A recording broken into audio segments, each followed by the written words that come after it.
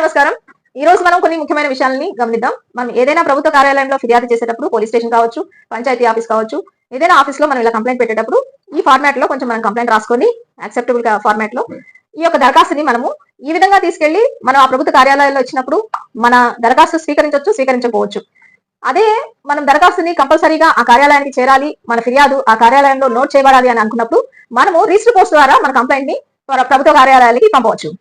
Cover ని తీసుకొని ఈ కవర్ లో మన ఫిర్యాదును పెట్టుకొని మనము రిజిస్టర్ పోస్ట్ చేయాలి. పోస్ట్ ఆఫీస్ లోకి వెళ్ళి మనం రిజిస్టర్ పోస్ట్ లో చేసినప్పుడు ఇలా మనకు ఒక స్లిప్ ఇస్తారనమాట. రిజిస్టర్ పోస్ట్ చేసిన తర్వాత ఆ స్లిప్ ని మన దగ్గర ఉంచుకోవాలి. మనం రిజిస్టర్ చేసిన ఈ కవరు ఆ కార్యాలయంలో రిసీవ్ చేసుకున్నారా లేదా అని తెలుసుకోవాలంటే మనం ఒక పోస్ట్ కార్డు ని మనము అక్నాలెడ్జ్మెంట్ కార్డుగా మనం దీనికి జత చేసి ఇక్కడ మన అడ్రస్ అడ్రస్ లో మన అడ్రస్ రాయాలి. ఇక్కడ ఈ కార్డు లో మనము ఏ ప్రభుత్వ కార్యాలయం అయితే మనం ఫిర్యాదు చేస్తున్నామో, కంప్లైంట్ చేస్తున్నామో దాని పేరు రాసుకోవాలి. అంటే మనకి ఇది రిసీవ్ అవుతుంది అనమాట. మన దరఖాస్తు ఆ కార్యాలయానికి చేరిన తర్వాత ఈ అక్నాలెడ్జ్మెంట్ పోస్ట్ కార్డు మన దగ్గరికి వస్తుంది. అంటే వాళ్ళు మన ఫిర్యాదుని రిసీవ్ చేసుకున్నట్టుగా మనకు తెలుస్తుంది. రిజిస్టర్ పోస్ట్ చేసినట్లుగా మనకు స్లిప్ కూడా వస్తుంది పోస్ట్ ఆఫీస్ నుంచి. కనుక ఈ రెండు మన దగ్గర ఉన్నప్పుడు ఏంటంటే ఆ ప్రభుత్వ కార్యాలయానికి మన ఫిర్యాదు చేరినట్లుగా మనకి ధృవీకరణగా ఉంటుంది. Thank you. ఈ విధంగా మనం ప్రభుత్వ కార్యాలయానికి చేసుకునే దరఖాస్తుని రిజిస్టర్ పోస్ట్ చేసుకోవాలి అని ఎందుకు తెలియజేస్తున్నామంటే, మాకు ఈ మధ్య మా దృష్టికి ఒక సమస్య వచ్చింది. దాన్ని బట్టి ఒక విషయం తెలుసుకున్నాం మేము. అదేంటంటే 2 సంవత్సరాల క్రితం గుంటూరులో ఒక పెద్దావిడ పెళ్ళైన తన కూతురు కనిపించడం లేదని పోలీస్ స్టేషన్ లో కంప్లైంట్ ఇచ్చింది. కొన్ని రోజుల తర్వాత ఆ తల్లి ఇచ్చిన కంప్లైంట్ ప్రకారం ఏంటంటే ఆ అమ్మాయికి కొంచెం ప్రాణ భయం ఉంది, మా అల్లుడు మా అమ్మాయిని చంపేస్తాడేమోనని భయంగా ఉందండి అని చెప్పేసి కంప్లైంట్ ఇస్తుంది. ఆ పోలీసులు ఏం చేశారంటే వాళ్ళ అల్లుడిని విచారించకుండా, వాళ్ళ అల్లుడు మీద పెట్టింది కదా కేసు ఫైల్ చేసింది, ఫిర్యాదు ఫైల్ చేసింది. ఆ ఫిర్యాదుని పట్టించుకోకుండా ఏం చేశారంటే కొద్ది రోజుల తర్వాత ఈమెనే తప్పుడు కేసు మీద ఎఫ్ఐఆర్ ఫైల్ చేసి జైల్లో పెట్టారు. ఆ జైల్లో పెట్టిన తర్వాత ఆ తల్లి జైల్లోంచి బయటకు వచ్చిన తర్వాత వాళ్ళ కూతురు చనిపోతుంది అనమాట. అప్పటికే ఆమె ముందు నుంచే నా కూతురికి ప్రాణభయం ఉందని చెప్పేసి పోలీస్ స్టేషన్ లో కంప్లైంట్ ఇచ్చి మళ్ళీ తిరిగి ఆమె వెళ్ళి ఇట్లా నా కూతురు చనిపోయింది, మీకు ఆల్రెడీ ఫిర్యాదు ఇచ్చాను కదా, మీరు పట్టించుకోలేదు అని పోలీసులు ప్రశ్నిస్తే వాళ్ళు ఏమన్నారంటే, నువ్వు ఇచ్చిన కంప్లైంట్ మా దగ్గర లేదు, నువ్వేమిచ్చావో మాకు తెలియదు, ఎప్పుడు ఇచ్చావో తెలియదు అని చెప్పేసి ఆ పోలీసులు ఆమెని ఆ తల్లికి చెప్తారు.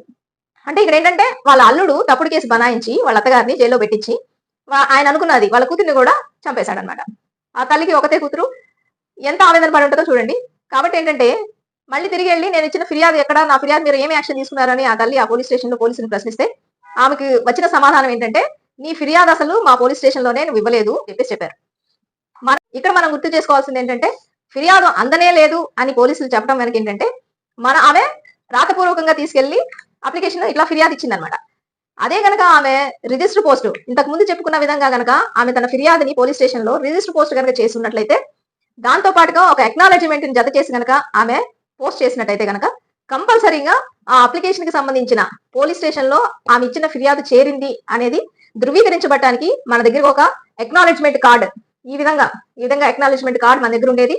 అలానే ఎప్పుడైతే మనం రిజిస్టర్ పోస్ట్ చేస్తామో దానికి సంబంధించి ఒక పోస్ట్ ఆఫీస్ నుంచి ఒక స్లిప్ కూడా మన దగ్గర ఉండేది. ఆ రెండింటిని బట్టి కనుక మనము అవి చూపించి ఈ విధంగా నేను రిజిస్టర్ పోస్ట్ చేశాను, మీ దగ్గరికి అప్లికేషన్ చేరింది కాబట్టి నా ఫిర్యాదు మీద మీరు ఏం యాక్షన్ తీసుకున్నారు అని ఆ తల్లి ప్రశ్నించడానికి కొన్ని సాక్ష్యాలు అయితే ఆమె దగ్గర ఉండేవి. ఈ ఒక్క కేసు మా దృష్టికి వచ్చింది. ఇంకా ఇలాంటి కేసులు రాష్ట్ర వ్యాప్తంగా అనేకంగా ఉండొచ్చు. ఎందుకంటే అప్లికేషన్ ఇచ్చిన తర్వాత కూడా మీ ఫిర్యాదు మాకు కనిపించలేదు పోలీస్ స్టేషన్ లో అని చాలా మంది ఎదుర్కొంటున్న సమస్య అయ్యుండొచ్చు. కాబట్టి ఏంటంటే ఎప్పుడైతే మీరు పోలీస్ స్టేషన్ లో ఫిర్యాదు ఇస్తారో దాన్ని లిఖితపూర్వకంగా, రాతపూర్వకంగా మీరు అలా చేతికి ఇచ్చినా సరే ఇంకొక కాపీని మీరు ఈ విధంగా రిజిస్టర్ పోస్ట్ చేసుకోవడం వల్ల ఏంటంటే ఖచ్చితంగా మన ఫిర్యాదు అనేది పోలీస్ స్టేషన్ కి చేరింది అనే ఒక ప్రూఫ్ మన దగ్గర ఉంటుంది. కాబట్టి దీనికి ఏం ఖర్చు అవుతుంది, మహా అయితే 25 రూపాయలు అవుతుందండి.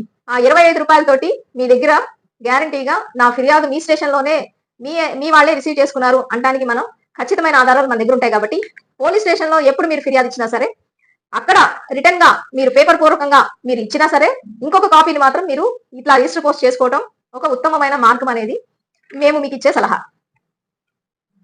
ఏ సమస్యకైనా లేకపోతే ఏ సలహాకైనా మీరు మాతో సంప్రదించుకోవాలంటే గనక కింద ఇచ్చిన నెంబర్లో మీరు మమ్మల్ని సంప్రదించి సలహాలు కానీ సూచనలు కానీ పొందవచ్చు.